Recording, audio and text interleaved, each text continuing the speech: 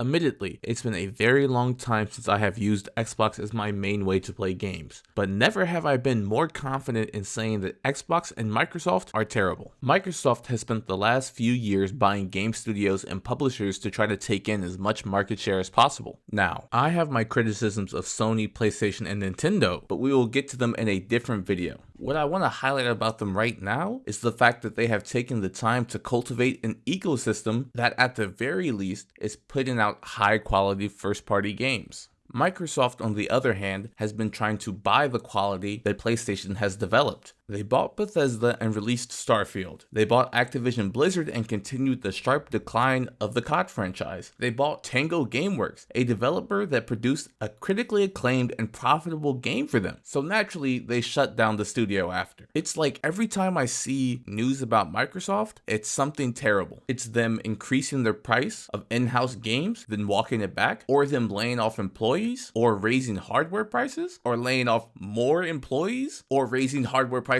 again, and then raising the prices of Game Pass Ultimate and PC Game Pass while providing very little in return. I understand that the hardware price increases could be directly related to tariffs, but something is telling me they just want more money. Through time, it has become increasingly apparent that my choice to leave the Xbox ecosystem, if you can call it that, was a really good one. But truthfully, I am not a big fan of the big three. The big three being more like the only three. We have Microsoft, Sony, and Nintendo that are really the largest and only players in the console market. I know I only spoke about Microsoft, but Nintendo and Sony will almost certainly follow suit with hardware price increases and increasing the base cost of games. My opinion is that if you play games more than casually, you should consider switching to PC. That's if you play games exclusively on console, but especially if you play games exclusively on Xbox. Generally speaking, you can find better deals, and there is certainly more freedom in terms of marketplaces you can choose from on PC. Steam, GOG, G2A, and I guess the Epic Game Store, if people actually use that. But regardless, those are a few of the choices you have. But there is a fair amount of smaller, more niche-focused marketplaces that you can interact with. And I know that the upfront cost for getting a PC is pretty high. But with some of the rumors about the next generation of Xbox, you might be paying a similar cost in the near future.